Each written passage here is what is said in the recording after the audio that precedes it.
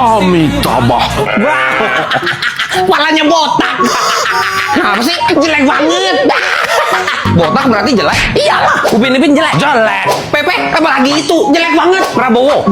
Prabowo kan gak botak. Tapi jelek? Jelek. Apanya? Om Deddy jelek? Itu jelek. Ngomong apa lo tadi? Enggak Om, sumpah. Ganteng banget Om, sumpah. Kok ada orangnya sih?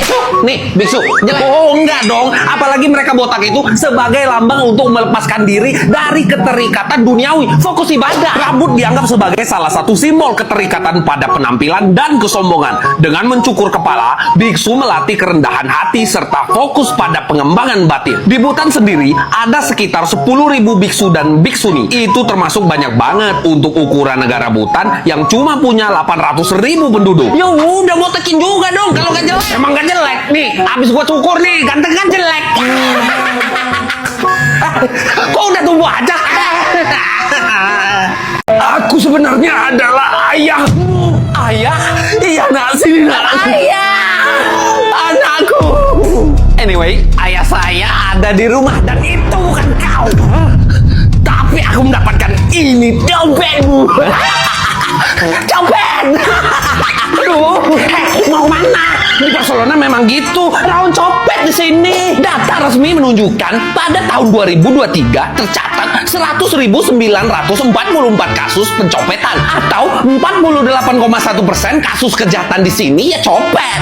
Operasinya terorganisir, pencopetannya nggak mungkin satu orang, pasti lebih. Ada yang mengalihkan perhatian dan ada yang jadi pelaku dan kabur. Korbannya ya turis-turis kayak kamu. Aduh, gimana dong? Temenin ke kantor polisi yuk. Di mana ya kantor polisinya? Ya lapor dulu. Aduh, udah jauh lagi. Udah, nggak usah ribet urusannya kalau sama polisi. Ya tapi, aduh, ini bang dompetnya. Kok dibalikin? Kamu ternyata pencopet yang baik hati. Alhamdulillah. Kok dibalikin sih? Aduh, duitnya juga kagak ada. Ngapain? Ih, miskin lu. Ayo, cari korban selanjutnya. Gas, let's go. Lah. 50.000 atau 100.000 kasih kata-katanya Wanabut. Nggak ikut kata-kata hari ini Wanabut. Kok nggak ikut? Mau kemana Wanabut? 100.000. Bentorik, 50.000 nih bang. Atau 100.000 kasih kata-kata ya, please ya, please.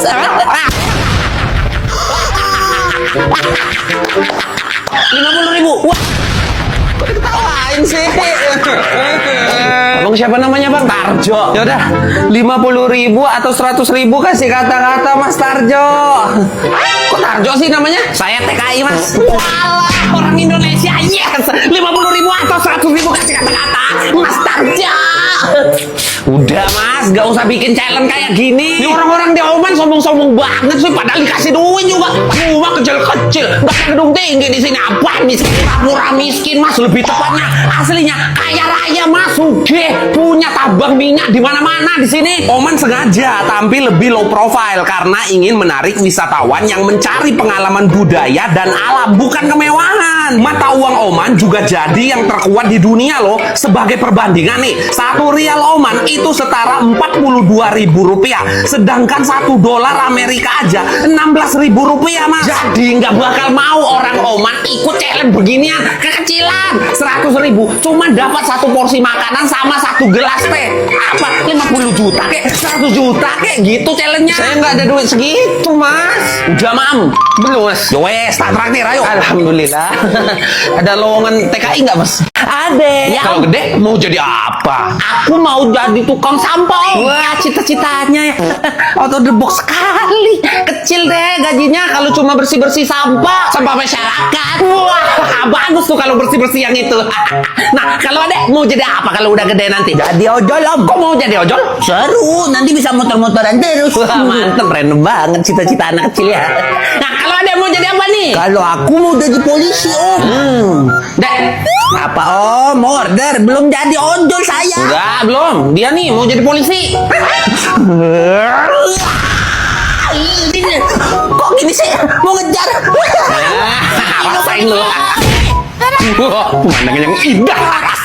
Adek mau jadi apa nih nanti? Aku mau jadi DPR om. Goblok sih. Bisa nggak ganti cita-cita? Ya, ganti. Mau jadi presiden om. Gitu.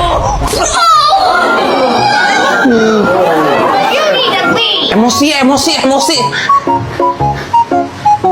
Dengar ya, yang mau bubarin DPR itu ya cuma orang-orang tolol.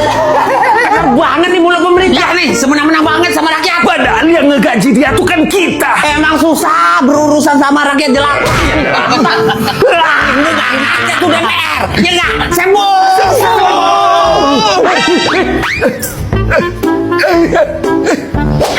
Itu kenapa rame banget? Takut. Ini masyarakat gaji 100 juta lebih masih aja merasin rakyat, majakin rakyat. Korupsi banyak lah, beda banget kayak di Jepang. Kalau udah kayak gitu, udah pasti mundur pemerintahnya. Kayak di Jepang, ada Menteri Pertanian namanya Taku Eto yang dapat hadiah beras dari pendukungnya. Jadi mengundurkan diri dari jabatannya. Semua kesalahan yang terdengar sepele di negara lain, tapi di Jepang itu kesalahan fatal karena pemerintah di Jepang dituntut untuk sempurna di mata masyarakat dan malu untuk membuat kesalahan. Wah, Biko, kalau di negeri anta beranta kayak gini, mana ada lagi rasa malu? Udah terlanjur bobrok, di ruang sidang aja malah joget-joget. Ih, sedih. Mau nanya, beras kilo di Jepang beneran harganya 100.000 rupiah? Nggak sepenuhnya bener kok. Ada juga beras yang 40.000 1 kilonya. Tergantung berasnya jenisnya apa gitu. Emang siapa yang bilang? Pemerintah. Berarti pemerintahnya yang tolol.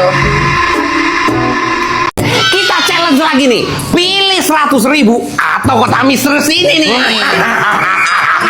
Mana main challenge kayak gini di Surya sekarang. Nih kalau mau. Apa nih? Emas. Iya, emas. Gede banget ini. Gede banget emasnya.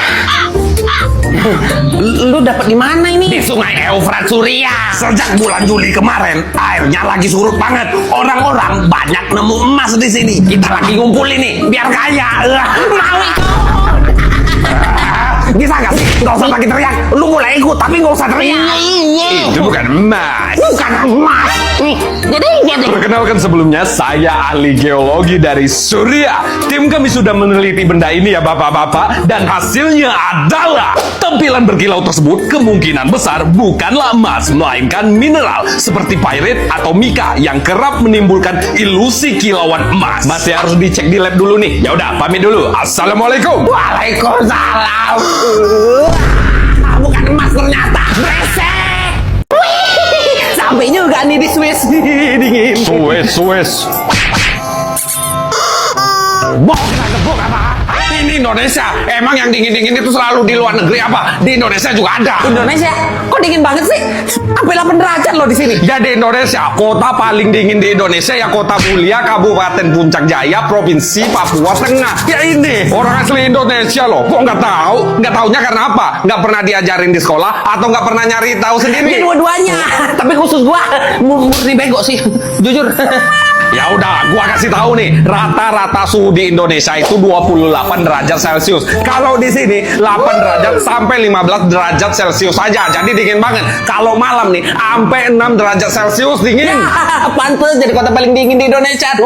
Tapi kok bisa dingin kayak gitu ya? Ini kalau dingin, aduh kebelet ini. Soalnya Kota Mulia berada di ketinggian sekitar 2.400 meter di atas permukaan laut. Ini salah satu pemukiman paling tinggi di Indonesia. Kan semakin tinggi tempat, semakin rendah juga suhunya. Daerah ini juga deket banget sama pegunungan Jaya Wijaya. Wajar aja sih, dekat gunung salju kita. Cemen banget gitu aja kedinginan. Kalau gua nih, anget banget nih. Apalagi bagian bawah nih, anget banget. Kalau bagian atas nih, anget aja ini. Pantesan, anget banget tuh pasti. Kenapa? Cebok. Pulang aja yuk. Katanya di Rumania kan ada Dracula. Bohong itu nggak ada.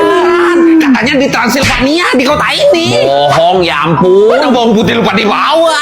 Katanya kan Dracula takut kan sama bawang putih kan ya. Coba aja dibawa, bisa tenang. Bukan wibu, bawa bawang. Dracula juga nggak bakal mau ngisep darah lu. Lagian ya, Dracula itu cuma tokoh fiksi dari novel tahun 1897 karya Bram Stoker, penulis asal Irlandia. Yang kocaknya, Bram Stoker ini nggak pernah ke Rumania. Dia cuma menggunakan peta dan buku sejarah sebagai referensi tulisannya. Dracula penghisap darah, tinggal di kastil, takut sama bawang putih, salib sama air suci, nggak lebih dari karangan cerita doang. Tapi kok orang-orang banyak yang beneran percaya ya jadinya Rumania itu tempat Dracula katanya. Karena ceritanya udah lama banget terkenal. Jadi orang-orang percaya kayak lu nih. Alah, ternyata cerita doang. Capek-capek gue jalan sini sampai luka tuh berdarah.